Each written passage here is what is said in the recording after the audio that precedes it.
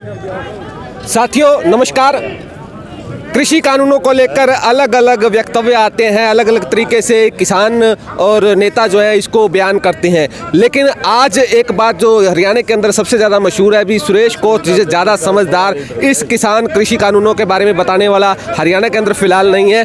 हमारे साथ जुड़ चुके हैं कोच जी। नमस्कार सर। नमस्कार जी, नमस्कार। कोच साहब, सबसे पहले तो बताइए जी, जो ये कानून वापस हुए हैं, जो आधिकारिक घोषणा एक प्रकार से कर दी है प्रधानमंत्री मोदी जी ने, इससे कितना जो रास्ता है वो पूरा हुआ है? कितने रास्ते की मंजिल तक आप पहुंचे हैं? देखिए, हम 4 मांगों को लेकर के बॉर्डर पे थे। 2 मांगे हमारी इन्होंने जनवरी में मानने की बात करी, 2 पेंडिंग छोड़ दी थी। बिजली बिल और पराली का जो बिल ये लेके आ रहे थे, जिसमें करोड़ों रुपये जुर्माना और किसानों की सजा थी पराली वाले में। और बिजली को ये सारे देश में प्राइवेट करे, जो किसानों को सब्सिडी के तहत बिजली मिल रही थी उसको बंद कर रहे थे। उसके लिए ये 2 जनवरी में हमारी बात मानने की, मगर 2 मांगों के ऊपर इन्होंने साफ इनकार कर दिया था।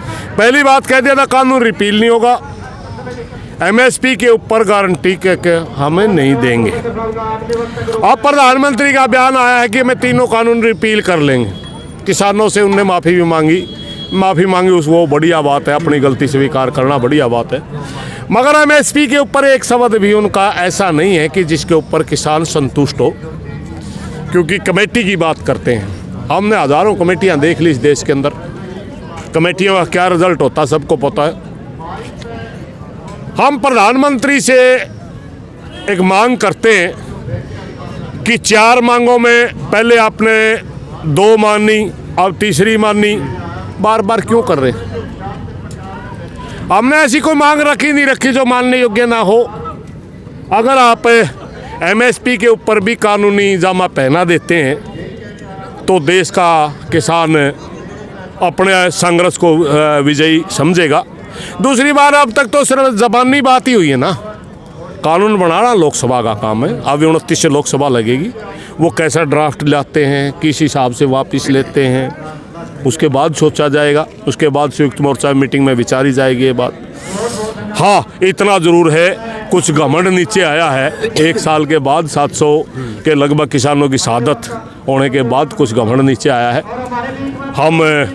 हमारा राजा है, हमारा देश का प्रधानमंत्री है, इस देश के किसानों का 1 साल में कुछ तो सुनाई हुई, इसके लिए हम थोड़ा सा ये संतुष्टि तो ज़रूर अपने दिल में करते हैं कि किसान की बात वाजिब थी, आज प्रधानमंत्री को समझ में आई।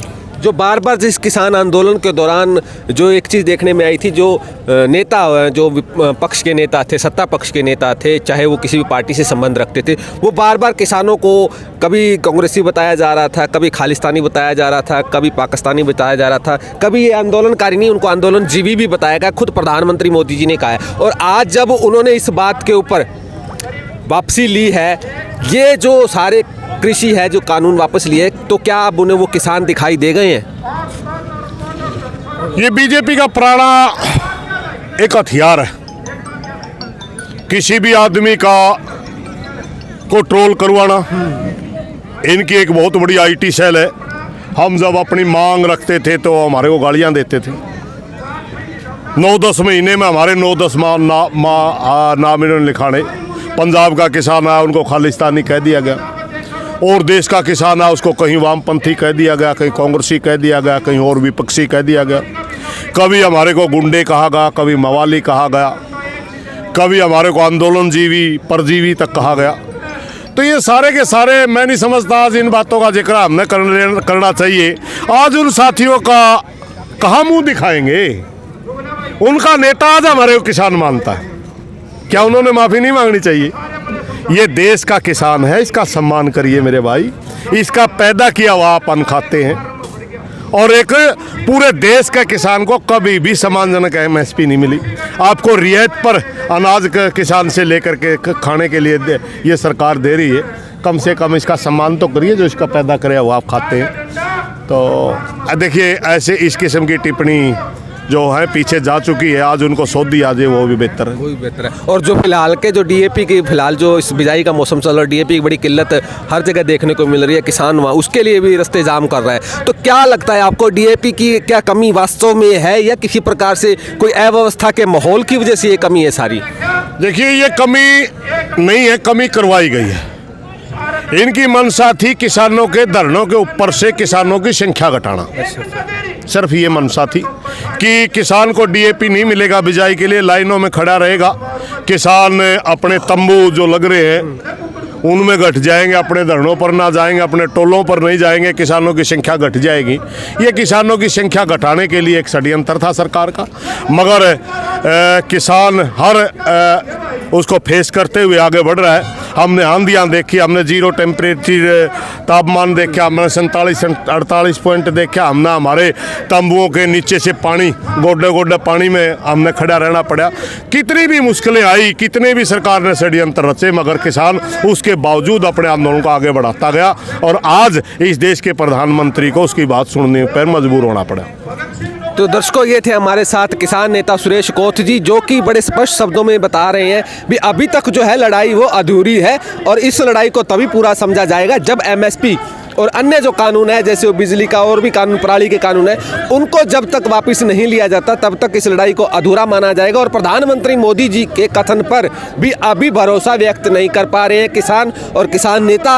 वो ये कह रहे हैं जब तक ये लोकसभा या जो संसद है, संसद के अंदर जब पूर्ण रूप से इस विधेयक को वापस नहीं लिया जाता तब तक इसको, उनकी बातों को सत्य मानने का कोई औचित्य नहीं है। इस वक्त हम हांसी के अंदर मौजूद है। हांसी के अंदर जो है लड़ाई लड़ी जा रही है। कुलदीप राणा जो कि पिछले 14 दिनों से कोमा की हालत में, आज थोड़ी एक खुशी की खबर मिली है कि उनको होश आया है।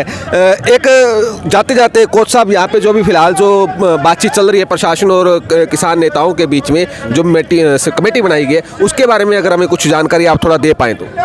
देखिए, पहले तो हम आए, हमारे को बातचीत के लिए नहीं बुलाया। जब किसानों ने थोड़ा सा सख्त रुख अपनाया तो अब प्रशासन ने बुला रखे हैं, 10 आदमियों की कमेटी बना करके अंदर भेज रखी है। हमारी कोई बड़ी मांग नहीं है, वही मांग है कि हमारे किसान के खिलाफ जो आपने एफआईआर दर्ज कर रखी है वो वापस लो। हमारा कुलदीप राणा भाई के जिसने चोट मारी, जो दोषी है, उसके खिलाफ पर्चा दर्ज करो। इनके जो कि उसका चोट गंभीर है, वो चल फिर काम करने में सक्षम नहीं होगा, इसके लिए उनके घरवाली को सर्विस हो।